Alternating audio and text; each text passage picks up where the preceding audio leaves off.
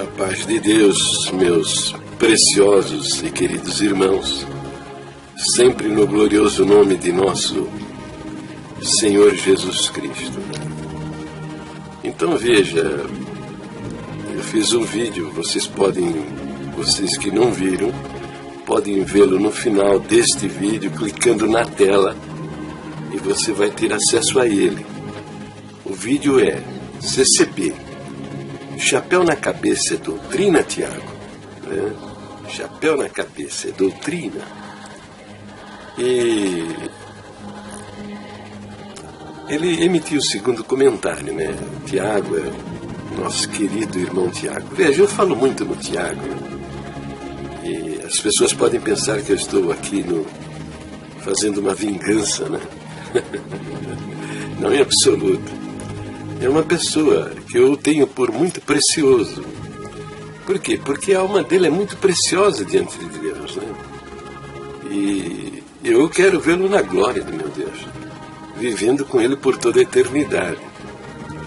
E ele é um bom exemplo de milhões de crentes da congregação cristã do Brasil, né? Que são preciosos diante de Deus. São pessoas por quem o meu Deus se fez homem e deu a sua vida na cruz do Calvário. Então, eu quero vê-lo na glória do meu Deus, né? E ele é um bom modelo, né? É um bom modelo. Primeiro porque é corajoso, né? A grande maioria dos crentes da congregação são covardes, andam escondidos atrás de máscaras, né? E põem um apelido, né? Isso é evidente, né? Que esse cara não tem nada com Deus, né? E quer dar lição de cristianismo para mim, né? É uma loucura, né? O sujeito está nas trevas porque anda com a cara escondida, o nome escondido, contestando uma pessoa que está falando a verdade, né? Mostrando novamente aqui, ó. Você conhece aqui? No finalzinho, dá lá uma olhada, né? Tem as nossas 12 pontos de doutrina, né? Uma pessoa que está mostrando esses pontos de doutrina e o fundamento, né? O principal, né? O fundamento que esses pontos de doutrina têm aqui dentro, ó. O livro é sagrado. Então, uma pessoa que está falando a verdade, mostrando documentos da igreja, né? O cara vem contestar, né? Com a cara escondida, com um apelido, né? Alguns agridem, ofendem, maltratam. Outros mostram seu caráter como feiticeiros, prognosticadores, agoureiros, né? Profetizando maldições, doenças terríveis na minha vida, coisas pavorosas, né? Que é evidente que o cara não tem nada, absolutamente nada com o Senhor nosso Deus. O Tiago tem coragem, ele mostra a sua cara, e ele fala. Mostra a cara e fala, assina embaixo. Eu gosto de ver pessoas assim. Tá? Gosto de ver pessoas assim. Então, ó, Tiago, parabéns, viu? Olha aqui, homens como você têm possibilidade, né, de entrar na glória de Deus, né? Entendeu? Tem possibilidade de ver a face do Senhor como ela é, né? Porque está assumindo, né? Pelo menos assumindo aquilo que pensa e falando, botando para fora. Então eu aproveito por ensinar milhões de pessoas que vão ver esses vídeos. Alguns vão aproveitar e vão sair fora desse engano religioso, né? Mas então ele emitiu o segundo comentário, né?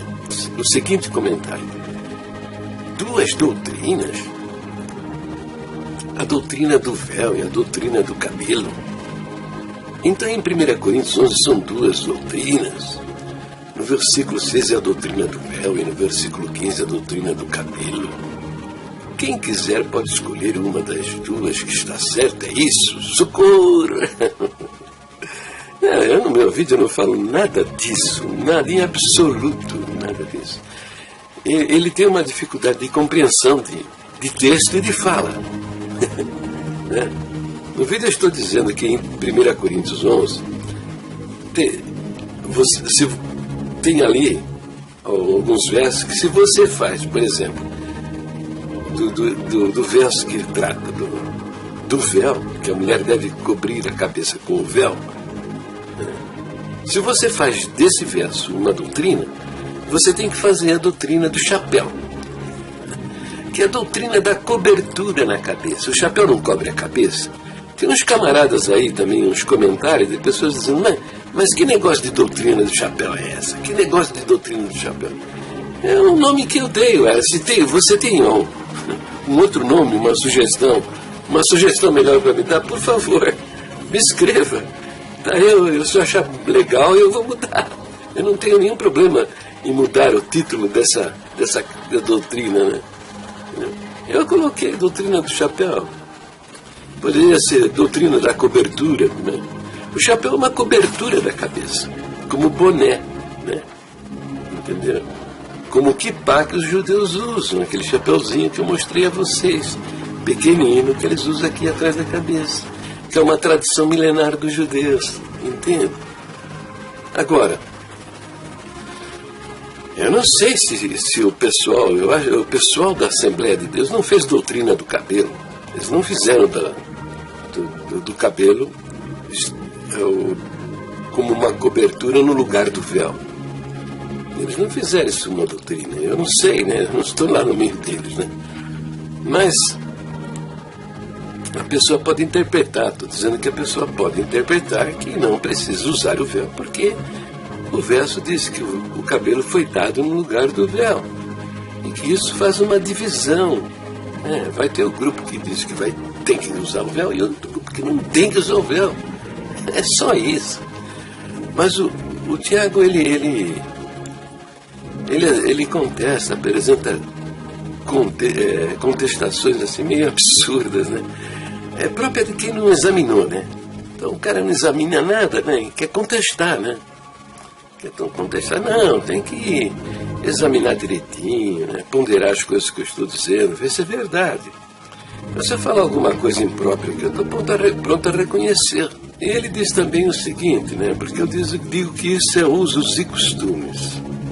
Usos e costumes, né? E era para uma igreja local. Eu falo isso. Usos e costumes.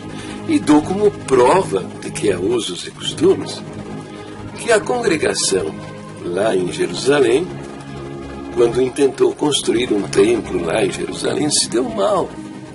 Por quê? Por causa da doutrina do véu, que as mulheres devem usar o véu, não. Se deu mal por causa da doutrina do chapéu, a doutrina da cobertura, que o homem não pode ter a cabeça coberta, entendeu? Deu mal por isso.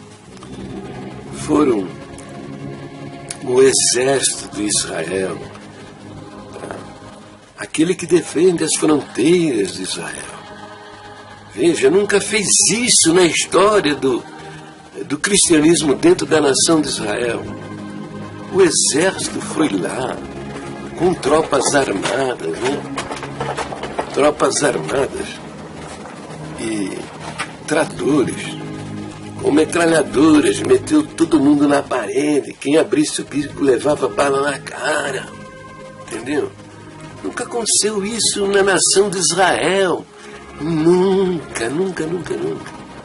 E com os tratores botaram tudo no chão. 2 meses depois voltaram lá, com tropas armadas, agredindo, ofendendo, insultando os irmãos que estavam trabalhando ali, pessoas inocentes, entende? Uma loucura. Por que isso? Por quê? Porque agrediram, insultaram, ofenderam os judeus do Mossad, do Serviço Secreto de Israel, que vieram aqui, que estão aqui no país. Esteja seguro disso, eles estão aqui no nosso país. Não só do Mossad, como da Rússia, dos Estados Unidos, da Inglaterra, Serviço Secreto, todas as nações estão enfiadas aqui no nosso país.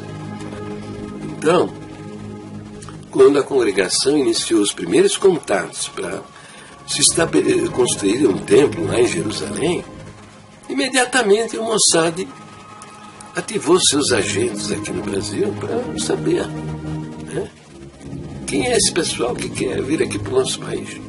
Porque eles têm uma preocupação muito grande com a segurança. E a melhor maneira de você planejar atos terroristas, vocês estão vendo, terrorismo lá, nesses países, que é uma constante.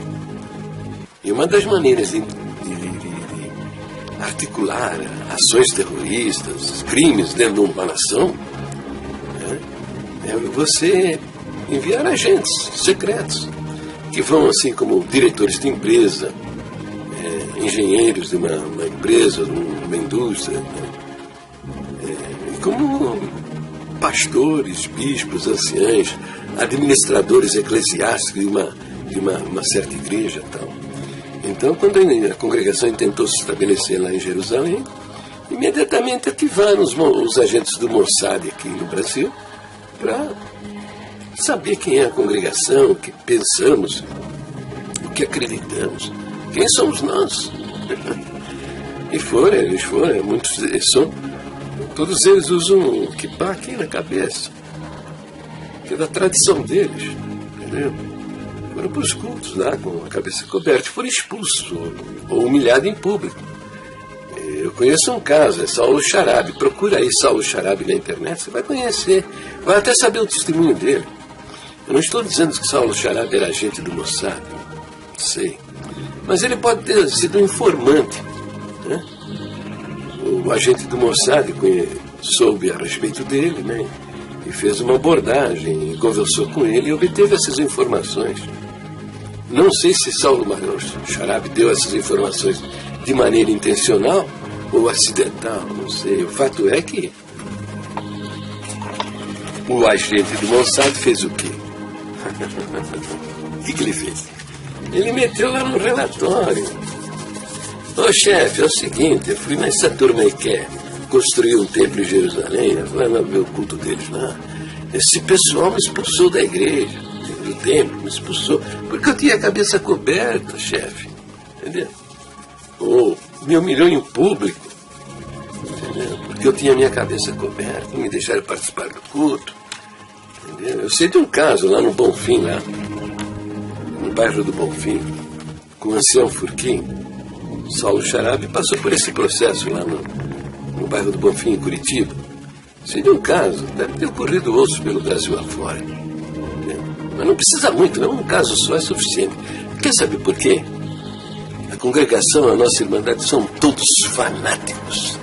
Fanatizados por causa da doutrina do véu. Mexeu com o véu, mexeu com o inferno. Vem todo mundo para cima de você com pau e pedra. Entendeu? Mas eles são muito mais fanáticos do que nós a respeito da doutrina do chapéu, ou da doutrina da cobertura, ou inventa um outro nome aí para mim, e manda para mim a informação. Por ter a sua cabeça coberta, são muito mais fanáticos. O chefe lá do Mossad, quando viu isso, deu esse relatório. O quê? Essa turma vem aqui com essa doutrina diabólica que o homem não pode ter a cabeça coberta. Essa turma vai vir aqui para o nosso meio com essa doutrina infernal. Quando eles chegarem aqui, vocês me avisem, que eu vou mostrar para essa gente que nós somos o povo de Deus e que todo homem tem que ter temor a Deus e ter a sua cabeça coberta e tal. São fanáticos. Entendeu? E não tem outra. Quando estava bem lá em 2 meses, estava bem construído já, uma porção de coisas feitas. Foram lá e fizeram isso, um horror lá, quase derramaram sangue, Os nossos irmãos estavam trabalhando lá na construção do templo, entendeu? Hoje a congregação se reúne numa salinha, lá num cantinho, lá perto da porta de Haifa, entendeu? Se entrar, são 2, 3 famílias. Se entrar um judeu com a cabeça coberta lá, chapelão, eles usam, tem uns que usam uns chapéus enormes assim. Vão ficar todo mundo de bico calado, não vou fazer isso, porque eles viram o que aconteceu. Então, por que eu digo que isso não é doutrina? Porque, evidentemente, né, se você está a examinar Romanos, livro de Romanos, capítulo 11, várias partes também, né, você vai ver que Deus tem um projeto para a nação de Israel. Né? Deus tem um projeto para essa nação. Né? entendeu? E que ele vai cumprir, entendeu? Eu não faço essas críticas aqui, então. Eu gostaria imensamente, teria o maior prazer do mundo, ficaria imensamente feliz se a congregação tivesse se dado bem lá em Israel e tivesse construído lá dezenas de templos por toda a nação de Israel, entendeu? Reunindo milhares de crentes da congregação, judeus, crentes da congregação do Sul do Brasil. Uma felicidade do mundo, entendeu? Porque eu sei que Deus tem um projeto para a nação de Israel. O que acontece é que vocês são analfabetos de Bíblia. Mas Deus prometeu para Abraão muitas vezes lá no Velho Testamento: de tua descendência eu vou fazer uma grande nação e nela serão abençoadas todas as nações da terra, todas as famílias da terra. Para Abraão prometeu muitas vezes, falou isso para os outros patriarcas da nação de Israel. Você acha que Deus é homem para que minta? Você acha que o Eterno não cumpre as suas promessas, a sua palavra? Vai acontecer. Vai acontecer e nós estamos vivendo nos últimos dias. Os últimos dias. E o que está profetizado a respeito da nação de Israel está acontecendo. O tempo todo, o tempo todo. Israel, presta atenção, é o relógio do mundo. Se você quiser saber que situação nós estamos no tempo e no espaço, no projeto de Deus, você precisa prestar atenção na nação de Israel. Entende? E eu vou te dar um sinal para você compreender isso. Tá? É o seguinte: toda a história da humanidade, em toda a história da humanidade, não houve um povo, uma nação que perdeu o seu solo, tá? O seu chão, entendeu? E permaneceu, entendeu?